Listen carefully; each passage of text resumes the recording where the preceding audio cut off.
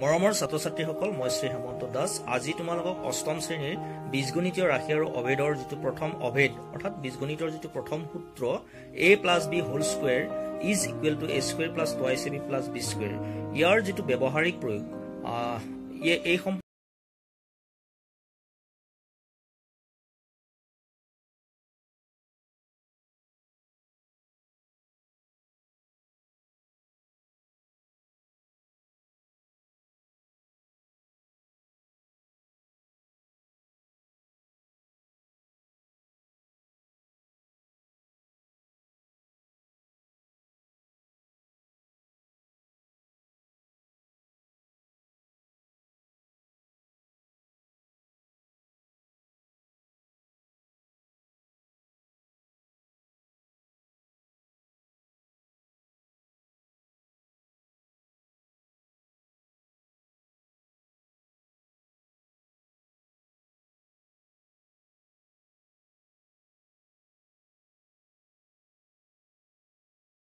এটা কালি হয়।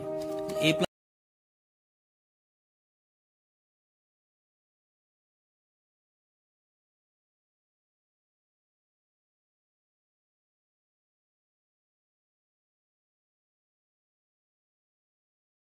আহিব। এতিয়া কথাটো হল কি এইখিনি কেনেকৈ আমি পাম, এইটো মই যদি প্ৰেক্টিকেলি দেখুৱাব লাগে তেতিয়াহলে আমি এই বৰ্গটোকে আমি কি কৰিম, দুভাগত ঠিক ধৰি লোৱা যে এইটো ইয়াৰ সমান এটা বৰ্গ ক্ষেত্ৰ।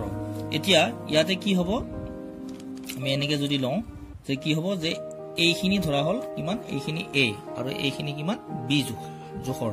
গতিকে এইফালে ঠিক তেনেদৰে এইখিনি a জোখৰ, ঠিক তেনে এইখিনি a জোখৰ, এইখিনিও a জোখৰ এটা বৰ্গ, আৰু এইখিনি b আৰু এইটো হৈছে এইখিনি কিমান হ'ব a। ঠিক তেনেদৰে এইটো a আৰু এইখিনি কিমান হ'ব b, তেতিয়াহলে a + b হ'ব। এইখিনি a আৰু এইখিনি কি হ'ব b, আৰু ইয়াৰ পৰা এইখিনি কি b। গতিকে এতিয়া এই এৰিয়াটোৰ কালি কিমান হ'ব, এইফালে a আৰু এইফালেও a, গতিকে এই বৰ্গটোৰ এৰিয়া হ'ব কিমান a × a, তাৰমানে কিমান a × a, বৰ্গৰ যিটো কালি বাহু পূৰণ বাহু, গতিকে a × a কিমান হ'ব a স্কয়াৰ, এইটো কিমান হৈ গ'ল a স্কয়াৰ। ঠিক তেনেদৰে এইটো এটা কি হ'ল আয়ত ক্ষেত্ৰ হ'ল, অৰ্থাৎ ইয়াৰ দৈৰ্ঘ্যটো বেলেগ, ইয়াৰ দৈৰ্ঘ্যটো বেলেগ আৰু প্ৰস্থটো বেলেগ। গতিকে এইটো যিহেতু এটা বৰ্গ আছিল, গতিকে এইটো আয়ত ক্ষেত্ৰ হ'ল। গতিকে ইয়াৰ এৰিয়াটো হৈছে বাহু লেন্থ ইনটু ব্ৰেডথ কিমান হ'ব, যে দৈৰ্ঘ্য পূৰণ প্ৰস্থ হ'লে a × b, আৰু মানে এইটো a × কিমান a × b, এইটো হৈ গ'ল a স্কয়াৰ, এইটো a × b বা ab। ঠিক তেনেদৰে এইটো কি হ'ল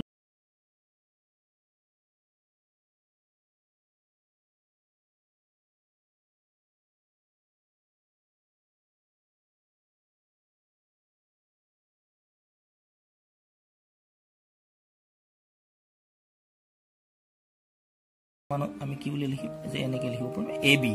গতিকে এতিয়া যদি আমি চাৰিওটা পৰ্চন আমি চাৰিওটা যদি অংশ আমি যদি যোগ কৰো, যে ইয়াত কিমান পালো, যে ইয়াত পালো a স্কয়াৰ, এইখিনি চাবা ইয়াত পালো a স্কয়াৰ, আৰু এইটো পালো কিমান ab, এইটো পালো কিমান ab প্লাছ এইটো এৰিয়া